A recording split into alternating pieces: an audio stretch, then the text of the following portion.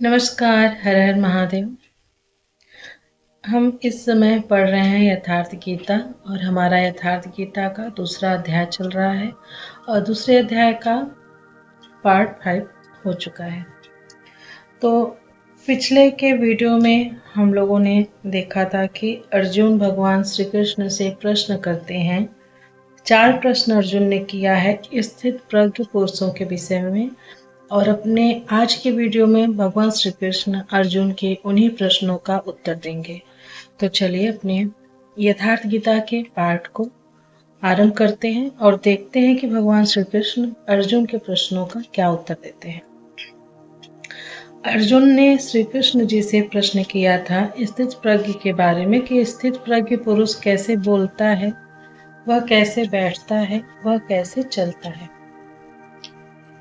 तो इस पर भगवान श्री कृष्ण ने स्थित प्रज्ञ के लक्षण बताते हुए कहा। श्री भगवानोवाच, भगवान ने कहा, पार्थ, जब मनुष्य मन में स्थित संपूर्ण कामनाओं को त्याग देता है तब वह आत्मा से आत्मा में ही संतुष्ट हुआ स्थिर बुद्धि वाला कहा जाता है। कामनाओं के त्याग पर ही आत्मा का दिग्दर्शन होता है। ऐसा आत्माराम आत्मतृप्त महापुरुष ही स्थित प्रज्ञ है। दैहिक, दैविक तथा भौतिक दुखों में जिसका मन उद्विग्न नहीं होता, सुखों की प्राप्ति में जिसकी स्पृहा दूर हो गई है तथा जिसके राग, भय और क्रोध नष्ट हो गए हैं, मननशीलता की चरम सीमा पर पहुंचा हुआ मुनि स्थित प्रज्ञ कहा जाता है। उसके अन्य लक्षण भगवान बताते हैं। जो पुरुष सर्वत्र स्नेह रहित हुआ, शुभ अथवा अशुभ को प्राप्त होकर न तो प्रसन्न होता है और न ही द्वेष करता है, उसकी बुद्धि स्थिर है। शुभ वह है जो परमात्मा स्वरूप में लगाता है, अशुभ वह है जो प्रकृति की ओर ले जाने वाला होता है। स्थित प्रज्ञ पुरुष अनुकूल परिस्थितियों से न प्रसन्न होता है और न प्रतिकूल परिस्थितियों से द्वेष ही करता है, क्योंकि प्राप्त होने योग्य वस्तु न उससे भिन्न है और न पतित करने वाले विकार ही उसके लिए हैं, अर्थात अब साधन से उसका अपना कोई प्रयोजन नहीं रहा। जिस प्रकार कछुआ अपने अंगों को समेट लेता है, ठीक वैसे ही यह पुरुष जब सब ओर से अपने इंद्रियों को समेट लेता है तब उसकी बुद्धि स्थिर होती है। खतरे को देखते ही कछुआ जिस प्रकार अपने सिर और पैर समेट लेता है, ठीक उसी प्रकार जो पुरुष विषयों में विचरती हुई इंद्रियों को सब ओर से समेटकर हृदय देश में निरोध कर लेता है, उस काल में उस पुरुष की बुद्धि स्थिर होती है। किंतु यह तो एक दृष्टांत मात्र है। खतरे का एहसास मिटते ही कछुआ तो अपने अंगों को पुनः फैला देता है। क्या इसी प्रकार स्थित प्रज्ञ महापुरुष भी विषयों में रस लेने लगता है? इस पर कहते हैं, इंद्रियों द्वारा विषयों को न ग्रहण करने वाले पुरुषों के विषय तो निर्वृत्त हो जाते हैं, क्योंकि वे ग्रहण ही नहीं करते, किंतु उनका राग निवृत्त नहीं होता, आसक्ति लगी रहती है। संपूर्ण इंद्रियों को विषयों से समेटने वाले निष्काम कर्मी का राग भी परम तत्व परमात्मा का साक्षात्कार करके निर्वृत्त हो जाता है। महापुरुष कछुए की तरह अपनी इंद्रियों को विषयों में नहीं फैलाता। एक बार जब इंद्रियां सिमट गईं तो संस्कार ही मिट जाते हैं, पुनः वे नहीं निकलते। निष्काम कर्म योग के आचरण द्वारा परमात्मा के प्रत्यक्ष दर्शन के साथ उस पुरुष का विषयों से राग भी निर्वृत्त हो जाता है। प्राय चिंतन पथ में हट करते हैं। हट से इंद्रियों को रोककर वे विषयों से तो निर्वृत्त हो जाते हैं, किंतु मन में उनका चिंतन राग लगा रहता है।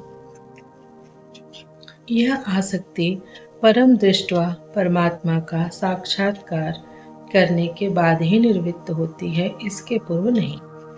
पूज्य महाराज जी इस संबंध में अपनी एक घटना बताया करते थे। गृह त्याग से पूर्व उन्हें 3 बार आकाशवाणी हुई थी। हमने पूछा, महाराज जी, आपको आकाशवाणी क्यों हुई? हम लोगों को तो नहीं हुई। तब इस पर महाराज जी ने कहा, हो ई शंका मोह के भय रही, अर्थात यह संदेह मुझे भी हुआ था। तब अनुभव में आया कि मैं 7 जन्म से लगातार साधु हूँ।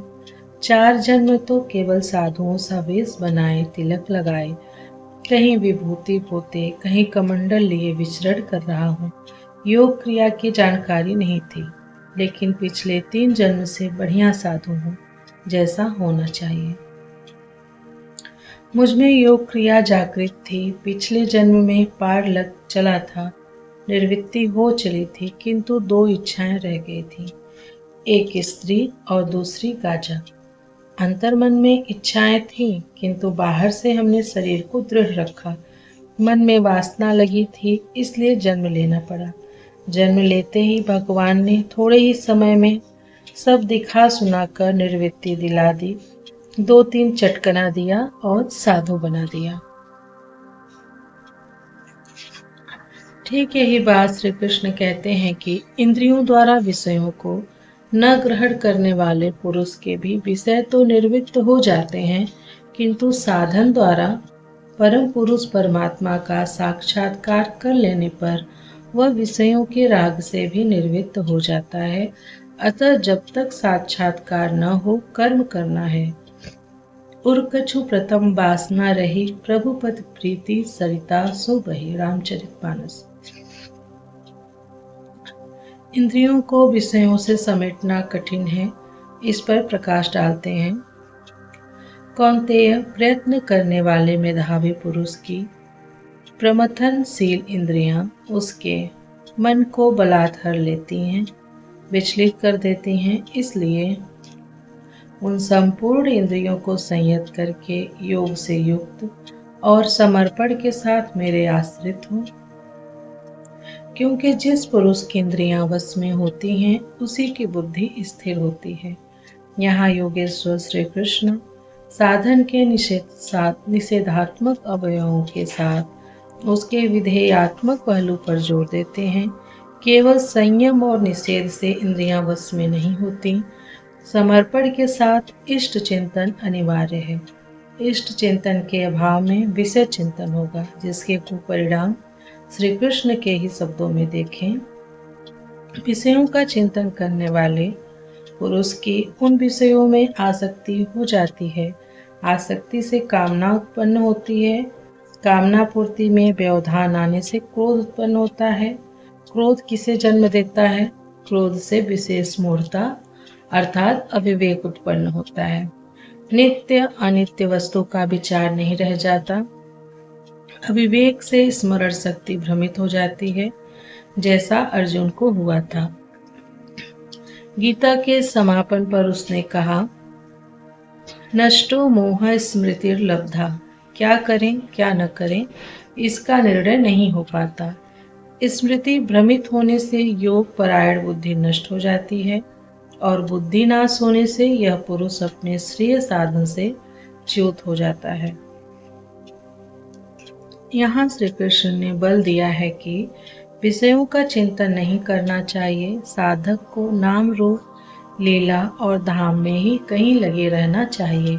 भजन में ढील देने पर मन विषयों में जाएगा।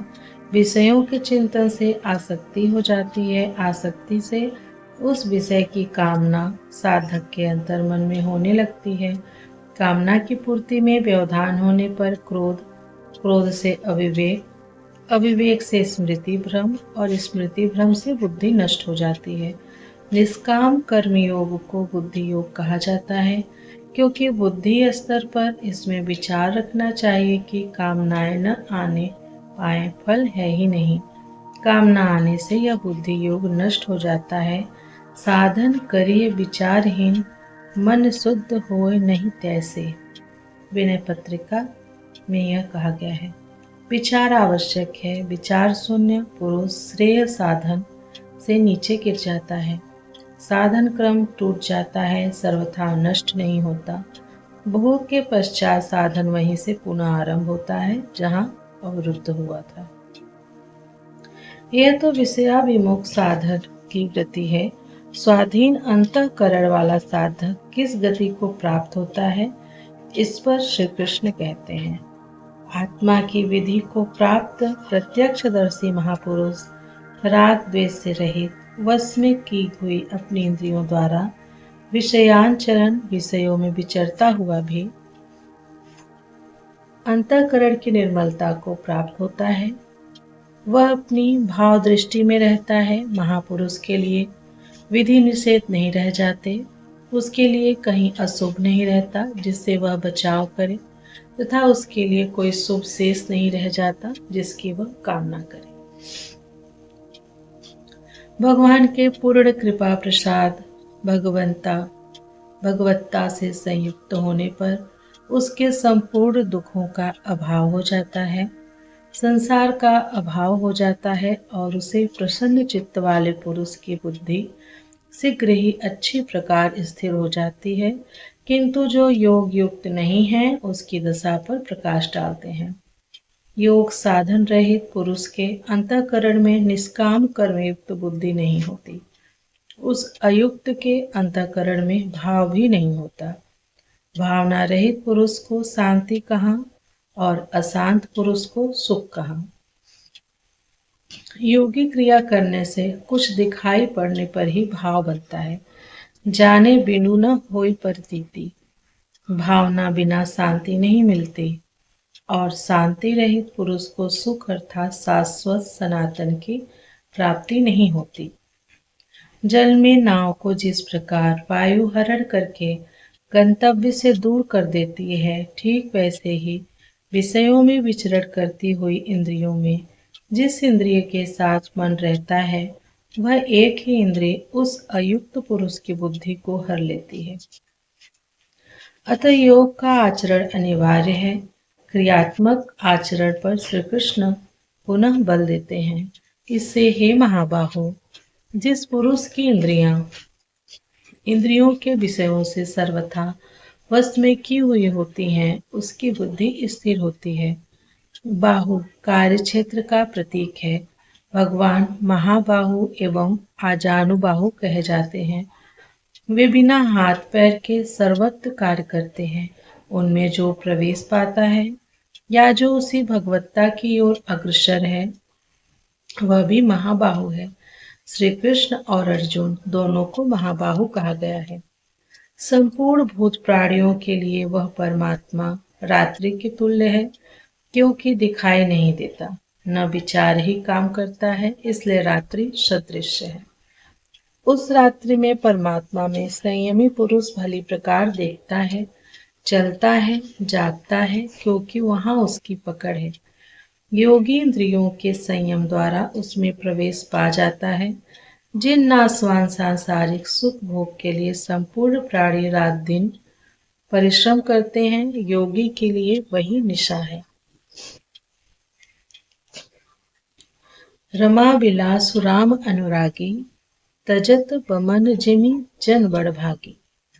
जो योगी परमार्थ पथ में निरंतर सजग और भौतिक इष्टाओं से सर्वथा निष्क्रिय होता है, वही उस इष्ट में प्रवेश पाता है। वह रहता तो संसार में ही है, किंतु संसार का उस पर प्रभाव नहीं पड़ता। महापुरुष की इस रहने का चित्रण देखें। जैसे सब ओर से परिपूर्ण अचल प्रतिष्ठा वाले समुद्र में नदियों के जल उसको चलायमान न करते हुए बड़े वेग से उसमें समा जाते हैं, ठीक वैसे ही परमात्मा में स्थित प्रज्ञ पुरुष में संपूर्ण भोग विकार उत्पन्न किए बिना समा जाते हैं। ऐसे पुरुष परम शांति को प्राप्त होता है, न कि भोगों को चाहने वाला। भयंकर वेग से बहने वाली सहस्त्रों नदियों के स्रोत फसल को नष्ट करते हुए, हत्याएं करते हुए, नगरों को डुबोते हुए, हाहाकार मचाते हुए बड़े वेग से समुद्र में गिरते हैं, किंतु समुद्र को न 1 इंच ऊपर उठा पाते हैं और न गिरा ही पाते हैं, बल्कि उसी में समाहित हो जाते हैं। ठीक इसी प्रकार स्थित प्रज्ञ महापुरुष के प्रति संपूर्ण भोग उतने ही वेग से आते हैं किंतु समाहित हो जाते हैं। उन महापुरुषों में न शुभ संस्कार डाल पाते हैं न अशुभ। योगी के कर्म अशुक्ल और अकृष्ट होते हैं, क्योंकि जिस चित्त पर संस्कार पड़ते हैं उसका निरोध और विलीनीकरण हो गया। इसके साथ ही भगवत्ता की स्थिति आ गई। अब संस्कार पड़े भी तो कहाँ। इस एक ही श्लोक में श्री कृष्ण ने अर्जुन के कई प्रश्नों का समाधान कर दिया। उसकी जिज्ञासा थी कि स्थित प्रज्ञ महापुरुष के लक्षण क्या हैं, वह कैसे बोलता है, कैसे बैठता है, कैसे चलता है। श्री कृष्ण ने एक ही शब्द में उत्तर दिया कि वे समुद्रवत होते हैं। उनके लिए विधि निषेध नहीं होता कि ऐसे बैठो और ऐसे चलो।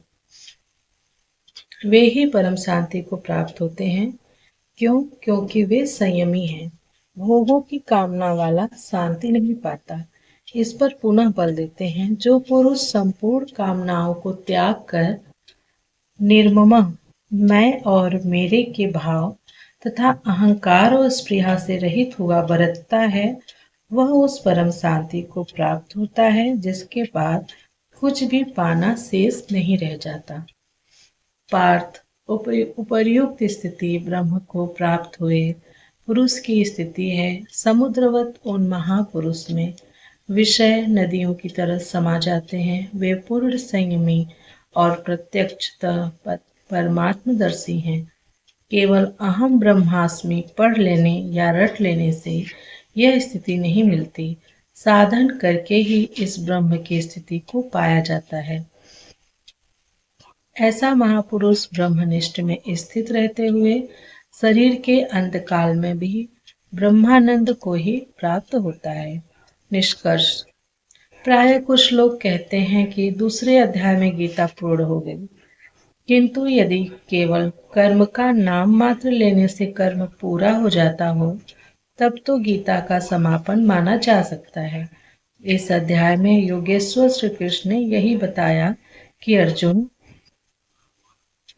निष्काम कर्मयोग के विषय में सुन, जिसे जानकर तू संसार बंधन से छूट जाएगा। कर्म करने में तेरा अधिकार है, फल में कभी नहीं। कर्म करने में तेरी अश्रद्धा भी न हो, निरंतर करने के लिए तत्पर हो जा। इसके परिणाम में तू परम दृष्टवा परम पुरुष का दर्शन कर स्थित प्रज्ञ बनेगा, परम शांति पाएगा। किंतु यह नहीं बताया कि कर्म है क्या। यह सांख्य योग नामक अध्याय नहीं है। यह नाम शास्त्रकार का नहीं अपितु टीकाकारों की देन है। वे अपनी बुद्धि के अनुसार ही ग्रहण करते हैं, तो आश्चर्य क्या है। इसी अध्याय में कर्म की गरिमा, उसे करने में बरती जाने वाली सावधानी और स्थित प्रज्ञ के लक्षण बताकर श्री कृष्ण ने अर्जुन के मन में कर्म के प्रति उत्कंठा जागृत की है। उसे कुछ प्रश्न दिए हैं। आत्मा शाश्वत है, सनातन है, उसे जानकर तत्वदर्शी बनो। उसकी प्राप्ति के दो साधन हैं, ज्ञान योग और निष्काम कर्म योग। अपनी शक्ति को समझकर हानि लाभ का स्वयं निर्णय लेकर कर्म में प्रवृत्ति होना ज्ञान मार्ग है, तथा इष्ट पर निर्भर होकर समर्पण के साथ उसी कर्म में प्रवृत्ति होना निष्काम कर्म मार्ग या भक्ति मार्ग है। गोस्वामी तुलसीदास ने दोनों का चित्रण इस प्रकार किया है। मोरे प्रौढ़ तनय समज्ञानी, बालक सुत सम दास अमानी, जनहि मोर बल निज बल ताहि, दोहु कह काम क्रोध रिपु आहि। मेरे दो प्रकार के भजने वाले हैं, एक ज्ञान मार्गी, दूसरा भक्ति मार्गी। निष्काम कर्म मार्गी या भक्ति मार्गी शरणागत होकर मेरा आश्रय लेकर चलता है। ज्ञान योगी अपनी शक्ति सामने रखकर अपने हानि लाभ का विचार कर अपने भरोसे चलता है, जबकि दोनों के शत्रु एक ही हैं। ज्ञान मार्गी को काम क्रोध आदि शत्रुओं पर विजय पाना है और निष्काम कर्म योगी को भी इन्हीं से युद्ध करना है। कामनाओं का त्याग दोनों करते हैं और दोनों मार्गों में किया जाने वाला कर्म भी एक ही है। इस कर्म के परिणाम में परम शांति को प्राप्त हो जाओगे। लेकिन यह नहीं बताया कि कर्म है क्या। अब आपके भी समक्ष कर्म एक प्रश्न है। अर्जुन के मन में भी कर्म के प्रति जिज्ञासा हुई। तीसरे अध्याय के आरंभ में ही उसने कर्म विषयक प्रश्न प्रस्तुत किया। अतः इस प्रकार श्रीमद् भगवद गीता रूपी उपनिषद एवं ब्रह्म विद्या तथा योग शास्त्र विषयक श्री कृष्ण और अर्जुन के संवाद में कर्म जिज्ञासा नामक दूसरा अध्याय पूर्ण होता है। हरि ओम तत्सत। प्रेम शंकरम सर्वनाथम नमामि। हर हर महादेव। यहाँ पे हमारा अर्गनानंद जी का यथार्थ गीता का दूसरा अध्याय, जिसका नाम कर्म जिज्ञासा है, पूर्ण होता है। अब हम अगले वीडियो में तृतीय अध्याय में प्रवेश करेंगे। अभी के लिए बस इतना ही। हरे नमः, हरे नमः, हरे नमः।